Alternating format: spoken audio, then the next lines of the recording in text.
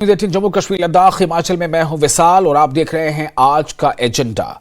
श्रीनगर को smart city बनाने का काम दिन रात जारी है। सोशल मीडिया पर इस बारे में मालूमात देते हुए इंतजामिया की जानिब से लिखा गया है कि बाहर सख्त सर्दी होने के बावजूद रात की शिफ्ट में भी काम चल रहा है। बटमालू में हम अपने दो अहम प्रोजेक्टों को मुकम्मल करने की बहुत करीब हैं। बटमालू को मीर वाड़ी रोड और बटमालू से नेशनल हाईवे के रास्ते मोमिनाबाद तक सड़क शामिल है। बटमालू सिविक और क्राफ्ट मार्केट प्रोजेक्ट के साथ ये प्रोजेक्ट बहुत अहम है।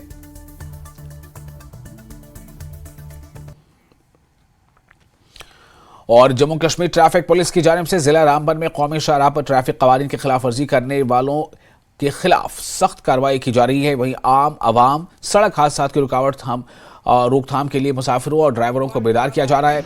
वाज़ेह है कि खित्ते चनाब में बढ़ते हुए सड़क हादसा के पेश नज़र ट्रैफिक पुलिस ने कौमी शाहराह समेत तमाम जगहों पर चौकसी बढ़ा दी है ताकि खिलाफ वर्जी करने वाले अफराद के खिलाफ कानूनी कार्रवाई अमल में लाई जा सके और सड़क हादसा की रोकथाम की जाए।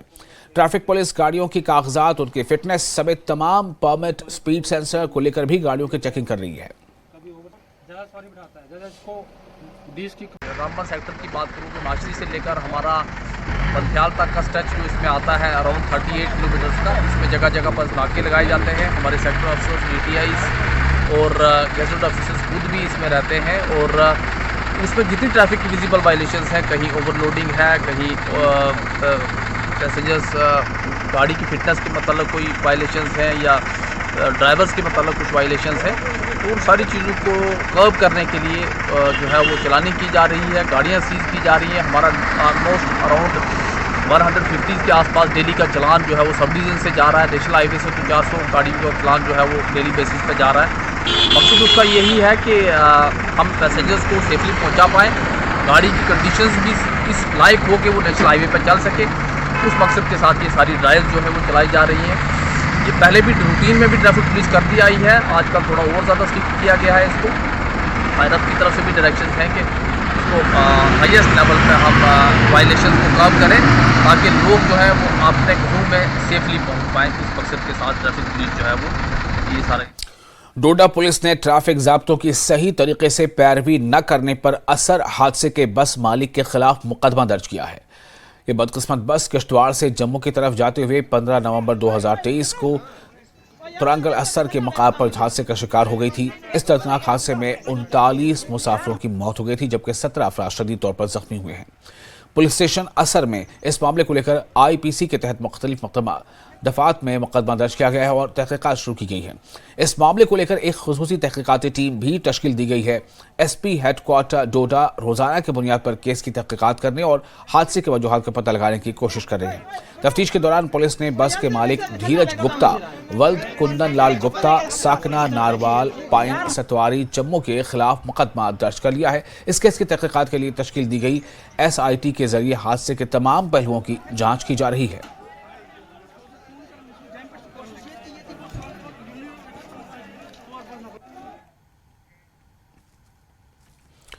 Private school association Jammu Kashmir ने वालिदैन के साथ मिलकर हुकूमत से स्कूलों की मौसम सरमा के तातीलात का मुतालबा किया है। खासतौर पर निचले क्लासेस के लिए मौसम सरमा की जल्द छुट्टियों का मुतालबा किया गया है। एसोसिएशन का कहना है कि सर्दी में शिद्दत आ रही है। बदलते मौसम के साथ 4 साल के बच्चों के लिए जल्दी जगना, तैयार होना और स्कूलों के लिए तैयार होकर घरों से बाहर निकलना काफ़ी मुश्किल है। उनका कहना है कि हम कोई तरक्की याफ्ता कौम नहीं है जहाँ पर हर घर, बसें और स्कूल सभी मरकजी तौर पर गर्म हों। उन्होंने कहा कि मौसम के मुताबिक एडजस्टमेंट होगी और हद से ज़्यादा धुंध की सूरत हाल और 0 दर्जा हरारत बच्चों की सेहत पर मनफी असरात मुरतब करता है। इसलिए हुकूमत से गुजारिश है कि जल्द मौसम सरमा की तातीलात का ऐलान किया जाए।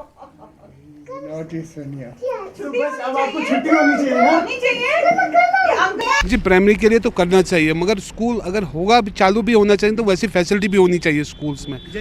जैसे कि सेंट्रल हीटिंग नहीं है स्कूल्स में, तो कुछ तो रहना चाहिए हीटिंग सिस्टम, ऐसे तब भी बच्चे सेफ रहेंगे स्कूल्स में। जो आपकी पहली बात थी ना, जो छुट्टियों के बारे में आपने बात की कि अगर यहाँ पूरी फैसिलिटीज़ हो, इसमें कोई पेरेंट्स फिर मुझे नहीं लगता उसको कोई प्रॉब्लम होगी बच्चे भेजने में, क्योंकि यहाँ से बहुत से ऐसे स्कूल भी है जहाँ अच्छी उनकी अंदर की हीटिंग सिस्टम वगैरह रखा हुआ है, बड़े बड़े स्कूल है, उनके बच्चे अगर बर्फ़ों में भी जाते हैं कोई प्रॉब्लम नहीं है, उनकी बसें वगैरह सड़कें चौड़ी होती हैं। कुछ स्कूल ऐसे हैं जैसे ये हमारा न्यू एरा या बाकी स्कूल है, इन बेचारों की वैसी फैसिलिटीज़ नहीं होगी, वैसे खर्चे नहीं होंगे। हमारे बच्चे यहाँ पढ़ते हैं और वो आ नहीं सकते टाइम पर, या प्राइवेट आते हैं अपने माँ बाप के साथ स्कूटी पर आते हैं, बर्फ़ों पर कैसे आएंगे? गाड़ियों का हर एक बंदोबस्त तो होता नहीं है। अगर यहाँ हीटिंग सिस्टम हो तो हमें भी 10-12 दिन भेजने में कोई प्रॉब्लम नहीं है। जो आपने पहले का ऑर्डर वगैरह प्राइमरी स्कूल का निकला, उस बिना पर मुझे लगता है छुट्टियां बच्चों को दे देनी चाहिए। सुबह देखिए फॉग कितना, धुंध बहुत ज़्यादा होती है, इवन गाड़ियां अब चलती है वो भी लाइट ऑन करके चलती है, एक्सीडेंट का खतरा है, स्कूटी स्किड हो सकती है, छोटे बच्चे होते हैं, उस वजह से इनकी छुट्टियां दे दे छोटे स्कूल, छोटे प्राइमरी तक। बड़े बच्चों का देखेंगे क्या होता है, मगर अगर फैसिलिटीज़ हो। इनफैक्ट हमारे लिए मुश्किल ही होती है, छोटे बच्चों की तो बात ही नहीं है। तो अगर अब स्कूल्स को मतलब बंद किया जाए तो वो बहुत अच्छा रहेगा, क्योंकि छोटे बच्चे वो इस वक्त इस ठंड में निकलना उनके लिए बहुत मुश्किल है। तो it's better for government to take decisions about it. उनको स्कूल बंद करने चाहिए, हमारे लिए भी, हम भी, क्योंकि हम भी बीमार पड़ सकते हैं इस वक्त। तो ऑब्वियस सबको मतलब ज़ुकाम खांसी सबके, तो हम चाहते हैं कि अब अगर स्कूल बंद किया जाए, अब इंशाल्लाह फिर मार्च से हम फिर से अपने स्कूल ज्वाइन करेंगे। अब ऑफ होना चाहिए, काफ़ी ठंड भी होती है, फॉग भी सुबह होता है, दिखाई नहीं जाता है कोई, तो हम चाहते हैं कि ऑफ ही हो जाए अब स्कूल, क्योंकि हमें मार्च से और ज्वाइन करनी है स्कूल। अब बहुत ठंड होती है बच्चों के लिए, छोटे बच्चों के लिए बहुत ज़्यादा हेक्टिक है, तो स्कूल गवर्नमेंट को ये स्कूल बंद कर देनी चाहिए। क्योंकि जो हम हैप्पी होते थे कि तब हम नेक्स्ट ईयर आते थे स्कूल, तो दूसरे क्लास में जाते थे तो बहुत खुश होते, मगर तब हम फिर से मार्च में आते तो हमें फील होता है हमें फिर से एग्ज़ाम्स देने होते हैं, तो हमें वो हैप्पीनेस नहीं होती है। बस गवर्नमेंट कीजिए कि फिर से रेगुलर जैसे हुआ करते थे वैसे कीजिए। गामराज थ्राल में महकमे देही तरक्यात की जानिब से इरिगेशन कनाल पर काम किया जा रहा है। कुछ लोगों का कहना है कि महकमे ने बीच का हिस्सा छोड़कर आगे का काम शुरू कर दिया है, जिस पर उन्होंने महकमे के खिलाफ बरहमी का इजहार किया है। ताहम इस हवाले से BDO थ्राल ने बताया कि वो वहां जाकर काम का जायजा लेंगे और जहां पर काम शुरू नहीं हुआ वहां पर भी काम शुरू किया जाएगा। ये ब्लॉक के लेवल पे ड्रेनेज का काम आया, इरिगेशन कैनाल है जो कि मतलब गांव के वहाँ से शुरू हुई है। फर्स्ट फेज़ में आधा काम उसका कंप्लीट हो चुका है। अब जो सेकंड फेज़ में काम शुरू होना था वो मेरे इस पॉइंट से, जैसे कि आप वीडियो में देख पाएंगे, वहाँ से शुरू होना था और फिर ये यहाँ से आगे चलना था, लेकिन कुछ लोगों के इन्फ्लुएंस की वजह से, पावर की वजह से उनके यूज़ करा उन्होंने ये पोर्शन छोड़ दिया। इवन कि जो प्लान आया उसमें तो नाम ही नहीं हमारा, जबकि हमारी प्रॉपर्टी 2 जगह पे इस ड्रेन में इंक्लूड हो रही है, हमारा नाम ही बिल्कुल नहीं है, कुछ भी नहीं है, और इन्होंने कंस्ट्रक्शन जो है वो आगे से शुरू कर दिया। हम चाहते हैं इसमें इंक्वायरी हो और DDC भी आए, देखे कि हमारे काम क्यों पेंडिंग रख दिया, बीच में से नीचे क्यों चले गई।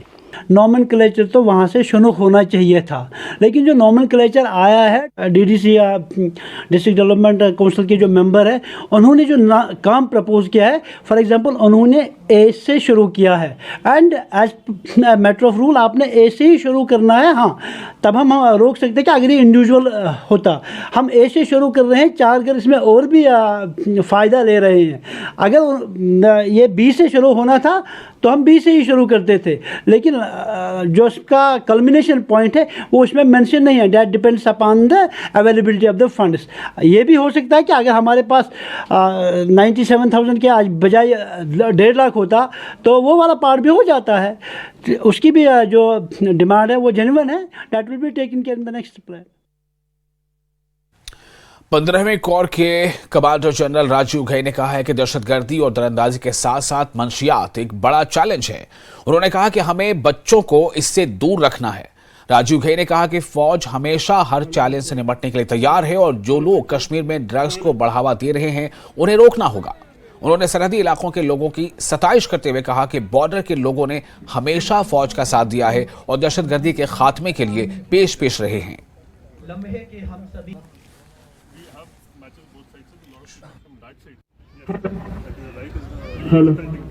आतंक और घुसपैठ के अलावा भी कुछ मसले ऐसे हैं जो आजकल हमारे लिए थोड़ा फिक्र और कंसर्न बन गए, और मैं ड्रग्स और नारकोटिक्स की बात कर रहा हूं, जो कि हमारे बच्चों के लिए, हमारी आने वाली पीढ़ियों के लिए एक बड़ा मसला है। और हम सब के सामने ये एक बड़ी चुनौती है कि हम अपने बच्चों को इस खतरे से दूर रखें। और इस कार्य में आज इस तिरंगे के सामने मैं आपको फिर याद दिलाना चाहता हूं कि ये एक बड़ी चुनौती है जिसका हमने सामना करना है, और जो लोग इसको बढ़ावा देने की कोशिश कर रहे हैं उनको इस मंसूबे में रोकना है। ख्वातीन के कौमी कमीशन ने entrepreneurship development institute of India और SBI rural self employment training institute Udhampur के ताउन से ब्लॉक मिशन मैनेजमेंट यूनिट में ख्वातीन के लिए एक रोजा एंटरप्रेन्योरशिप बेदारी प्रोग्राम का इनेकाद किया। प्रोग्राम में सेल्फ हेल्प ग्रुप्स की तकरीबन 50 ख्वातीन ने शिरकत की। प्रोग्राम में मुकर्रिरीन ने खुद रोजगार और ख्वातीन के लिए सरकारी स्कीमों से मुतालिक मुख्तलिफ मौज़ूआत पर प्रेजेंटेशन दी। मुकर्रिरीन ने ख्वातीन के लिए खुद रोजगार की अहमियत पर जोर दिया। उनका कहना है कि खुद रोजगार ख्वातीन को माली तौर पर खुद मुख्तार होने और मुल्क की तरक्की में अपना हिस्सा डालने में मदद दे सकती है।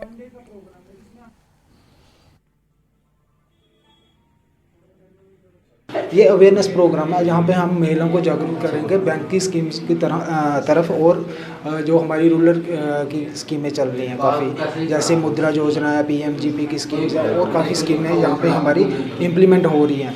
तो उसके लिए हम महिलाओं को जो बैंक में प्रॉब्लम आती हैं उनको उसके लिए जागरूक करवाएंगे कि आपको बैंक में अपनी फॉर्मेलिटीज़ कैसे पुटअप करनी है और क्या क्या आपको वहाँ डॉक्यूमेंट्स की रिक्वायरमेंट रहती है। तो आज का जो मुख्य कार्यक्रम है हमारा ये वुमेन्स अवेयरनेस के लिए। मैं नेशनल रूरल लाइवलीहुड मिशन से हूँ। यहाँ मेरा क्लस्टर ए है और क्लस्टर ए में मैं बैंक मित्रा हूँ। यहाँ पे आज जो प्रोग्राम है वो स्पेशली वुमेन अवेयरनेस के लिए है, जो कि वुमेन्स अपने रोजगार करती हैं, जो सेल्फ हेल्प ग्रुप से लोन लेती हैं या फिर स्वीप से लोन लेती हैं और अपना रोजगार शुरू करती हैं। लेकिन उसमें बहुत सारी प्रॉब्लम्स आती हैं। पहले तो स्टार्ट कर लेती हैं, लेकिन आगे चल के उनको पता नहीं चलता कि ये बिजनेस हमने कैसे करना है। उसके बारे में अवेयर करेंगे। उसके बाद जो हमारे जो बैंक में प्रॉब्लम्स आती हैं उनके साथ हमने वो मतलब कैसे सॉर्ट आउट करनी है और कैसे अपने रोजगार शुरू करना है। फिलहाल एक छोटा सा ब्रेक लेते हैं। ब्रेक के बाद खबरों का सिलसिला जारी रहेगा।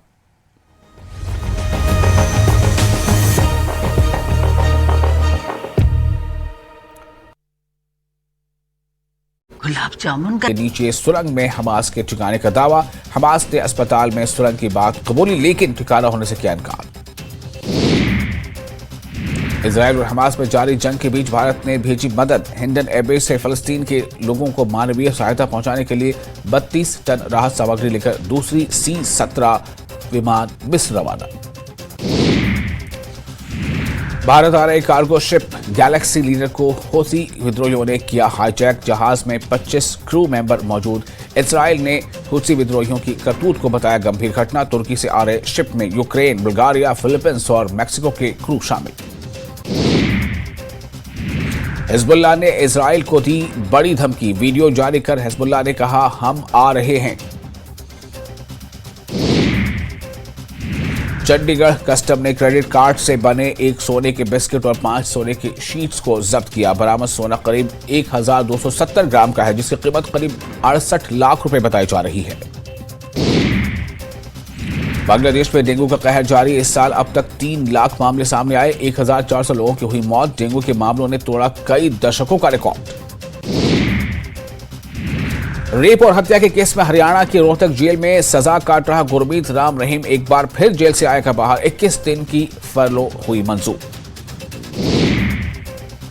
तेलंगाना में एक निर्माणाधीन स्टेडियम का एक हिस्सा ढहने से 3 लोगों की हुई मौत, वहीं 10 हुए घायल। घटना रंगारेड्डी जिले के मोइनाबाद गांव के स्टेडियम की। हादसे के बाद बचाव अभियान जारी। गोपालगंज में संदिग्ध स्थिति में 5 लोगों की मौत। मृतकों की उम्र 25 साल से लेकर 65 साल तक की है। मौत की वजह बीमारी, फूड पॉइजनिंग और हार्ट अटैक बताया जा रहा है। बुरहानपुर में गाड़ी की हेडलाइट।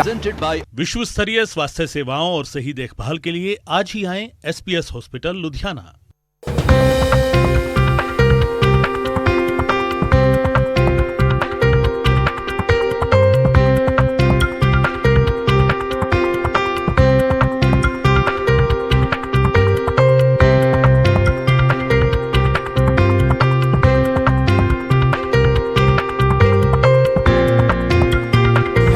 प्रेजेंटेड बाय विश्व स्तरीय स्वास्थ्य सेवाओं और सही देखभाल के लिए आज ही आएं SPS हॉस्पिटल लुधियाना।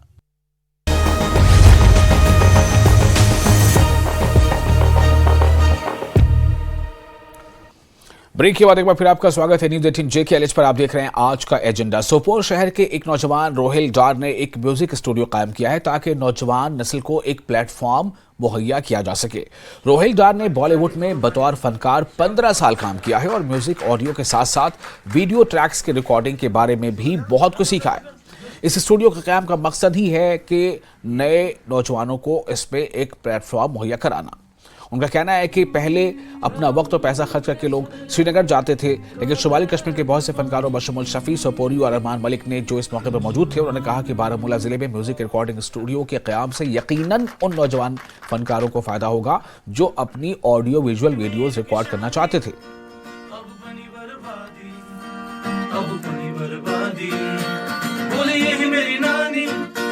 कहते हैं जिंदगी की नई शुरुआत मंजिल में और ये निशान कर मज़ीबा साइलेंट पॉइंट में नन हुस डिटेल निभा तुम्हारा कलम है अल्लाह अल्लाह अल्लाह बीमार बलेक नजरे जान से बीमार बलेक नजरे जान से बीमार बलेक नजरे जान से बीमार बलेक बीमार बलेक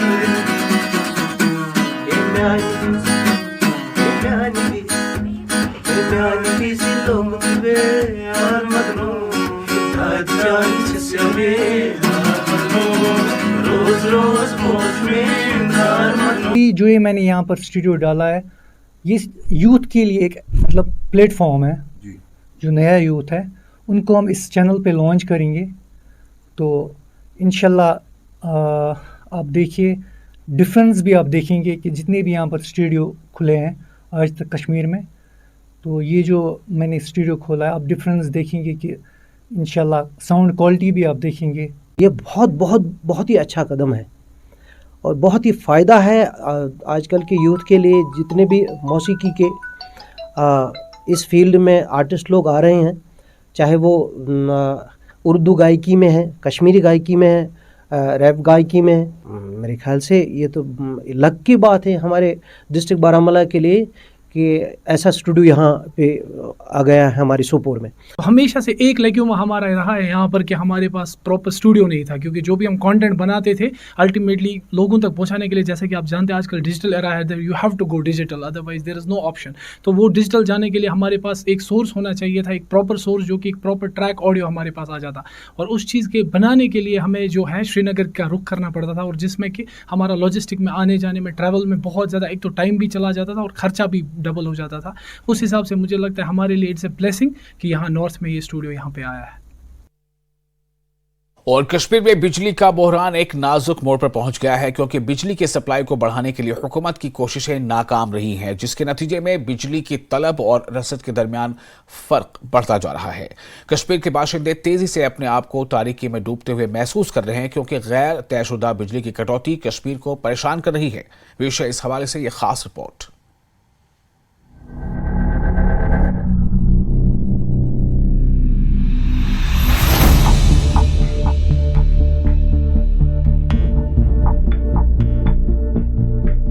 कश्मीर में बिजली का बहरान खतरनाक हद तक पहुंच गया है, जिसकी वजह से बड़े पैमाने पर खलल पड़ रहा है, जिससे घरेलू, तिजारती इदारों और जरूरी खिदमात मुतासिर हो रही हैं। मकामी लोगों के मुताबिक बिजली की कटौती रोजाना 5-9 घंटे तक होती है, जिसकी वजह से रिहायशियों के लिए अपनी रोजमर्रा की सरगर्मियां और कारोबार को आसानी से चलाना बहुत मुश्किल हो जाता है। ये कमी बुनियादी तौर पर आसमान को छूती लोड की तरफ से मंसूब है, जो गिरते हुए दर्जा हरारत के दौरान 1700 मेगावाट तक बढ़ सकती है। सोपोर शहर के एक समाजी कारकुन ने कहा कि जदीद दुनिया में बिजली एक लाइफलाइन है। कश्मीर में पनबिजली पैदा करने के वसी इम्कानात के बावजूद सनतें, कारोबार और सयाहत, जो कि खित्ते की तरक्की के लिए अहम है, बिजली की नाकाबिले भरोसा फराहमी की वजह से मुश्किलात का शिकार है। ऐसे में जब स्मार्ट मीटर लगाए जा रहे हैं, बिजली की मुसलसल कटौती ने लोगों को परेशान कर दिया है। उन्होंने इंतजामिया पर बिला तातुल बिजली के फराहमी का वादा पूरा न करने का इल्जाम लगाया। कश्मीर में जूं ही सरमा का मौसम आता है तो हम जो है बिजली की आँख मशोली जो है देखने को मिल रही है। लेकिन इस साल हम बहुत ही पुरुम्मीद है, क्योंकि हमसे दावे किए गए थे कि जो ही स्मार्ट मीटर लगेंगे तो जो बिजली का मसला है वो हल हो जाएगा और हमें इस सरमा जो है बिजली देखने को मिलेगी। लेकिन मैं जो है हैरान हूँ कि पिछले सालों के मुकाबले में इस साल जो बिजली का बहरान है, अभी इनिशियल स्टेज ही है सर्दियों का, तो बहुत ही एक डिज़ास्ट्रस सिचुएशन जो है पूरे कश्मीर में बनी हुई है। और जब हम सोपोर की बात है तो ये भी कोई एक्सेप्शन नहीं है। कश्मीर में मौसम सरमा की आमद के साथ ही दर्जे हरारत में नुमाया कमी आना शुरू हो गई है, जिसकी वजह से हरारती निज़ाम के लिए तवानाई के तलब में इजाफा हुआ है। कश्मीर को अक्सर आम मौसमी हालात में भी बिजली की किल्लत का सामना करना पड़ता है, जिसमें मुख्तलिफ अवामिल की वजह से बिजली पैदा करने की नाकाफी सलाहियत भी शामिल है। सर्दियों के दौरान ये तलब और रसद का फ़र्क बढ़ जाता है, क्योंकि हरारत और रोशनी के लिए बिजली की ज़रूरत पड़ जाती है। ये खित्ता यूटी के बाहर से पनबिजली और बिजली के दरामदाद के इम्तिजाज पर मुनहसर करता है। सदर ट्रेड फेडरेशन सोपोर मोहम्मद अशरफ गनाई ने कहा कि ताजर बिरादरी भी बिजली के फराहमी पर मुनहसर है और बिजली न होने से संगीन नताइज मुरतब हो रहे हैं। ये न सिर्फ इनके आराम और मेयार ज़िंदगी को मुतासिर करती है, बल्कि सेहत की देखभाल, तालीम और कारोबार जैसी ज़रूरी खिदमात को भी मुतासिर करती है, जो बिजली की मुस्तहकम फराहमी पर मुनहसर है। लेकिन इस साल जो गर्मियों में भी बिजली की किल्लत रही और आज भी बिजली की किल्लत, ये हमारे लिए अफसोस की मुकाम है। ये अफसोस का मुकाम है सरकार के लिए।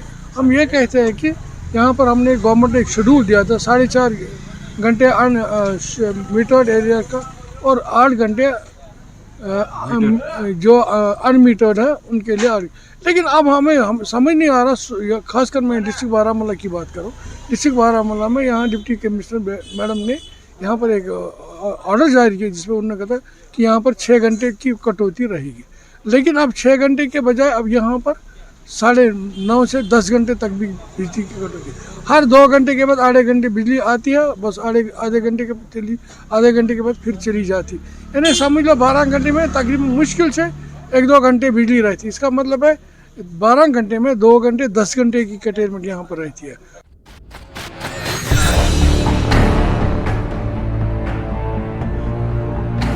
शुमाली कश्मीर के लोगों ने कहा कि हुकूमत को सख्त सर्दी के हालात का मुकाबला करने के लिए बिजली के ग्रिड, ट्रांसमिशन लाइनों और ट्रांसफार्मरों को अपग्रेड करने और बरकरार रखने में सरमायाकारी करनी चाहिए। मौसम सरमा में तवानाई के बढ़ती हुई तलब को पूरा करने के लिए बिजली की पैदावारी सलाहियत में इजाफा होना चाहिए।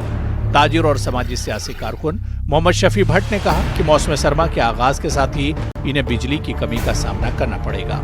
उन्होंने कहा कि हुकूमत ने इन्हें यकीन दिलाया था कि स्मार्ट मीटर लगाने से इन्हें बिला तातुल बिजली मिलेगी, लेकिन बिजली कहाँ है। महकमे के एक अहलकार ने इस मामले पर कैमरे का सामना करने से इनकार करते हुए कहा कि उन्हें शुमाली ग्रिड से जो भी बिजली मिलती है उसे शुमाली कश्मीर में मसावी तौर पर तकसीम करना होगा। देख सकते हैं कि अगर हमारे पास इन्वर्टर नहीं होते तो दिन में यहाँ अंधेरा होता तो रात दिखती, तो हम यहाँ क्या कारोबार करते, हमारे बच्चे क्या एजुकेशन हासिल करेंगे जिनको बिजली की फराहमी नहीं हो पा रही है। मीटर लगे, यहाँ पर बोला कि मीटर लग जाएंगे, जहाँ जहाँ मीटर लगेंगे वहाँ हम आपको 24/7 हम आपको इलेक्ट्रिसिटी दे देंगे। तो कहाँ है मीटर लगे हुए, केबलिंग लगी हुई है, तो कहाँ लाइट है। यहाँ वही शेड्यूल, इससे पहले जो अगर 5-8 घंटे का कर्टेलमेंट होता, आज तो 12-12 घंटे का कर्टेलमेंट होता है। आज बिजली कहाँ है। ये कश्मीर वो कश्मीर नहीं रहा अब जो इससे पहले हुआ करता था। यहाँ अगर बिजली की फराहमी में कोई कोताही होती, कोई कमी होती, यहाँ कोल से भी यहाँ जो प्रोजेक्ट है उनको चलाया जाता था, बाहर से बिजली वहाँ से खरीद कर यहाँ पर दी जाती। लेकिन आजकल वो नहीं है, आजकल यहाँ बिजली एक ख्वाब बन गई है। मौसम सरमा के शुरू होते ही पूरी वादी में बिजली की आंख मिचौली शुरू होने से आम सार्फिन को मुश्किलात का सामना रहता है। सरकार ने अगरचे स्मार्ट मीटर नस्ब करने से पहले दावा किया था कि बिजली की फराहमी को 24 घंटे यकीनी बनाया जाएगा, ताहम बेशतर मकामात पर सिर्फ 8 से 9 घंटे ही लोगों को बिजली फराहम हो रही है। सार्फिन का मानना है कि अगर सरमा के शुरुआत में ही उन्हें बिजली फराहम नहीं की जाती तो आइंदा चले कलान में उन्हें काफ़ी मुश्किलात का सामना रह सकता है। आम लोगों का सरकार से मुतालबा है कि बिजली की फराहमी की अबतर सूरत हाल को सुधारने के लिए इक़दाम उठाए जाएं ताकि आने वाले सर्दी के अय्याम में लोगों को मुश्किलात का सामना न करना पड़े। न्यूज़ 18 जम्मू कश्मीर के लिए बारामूला से मैं सज्जाद हुसैन।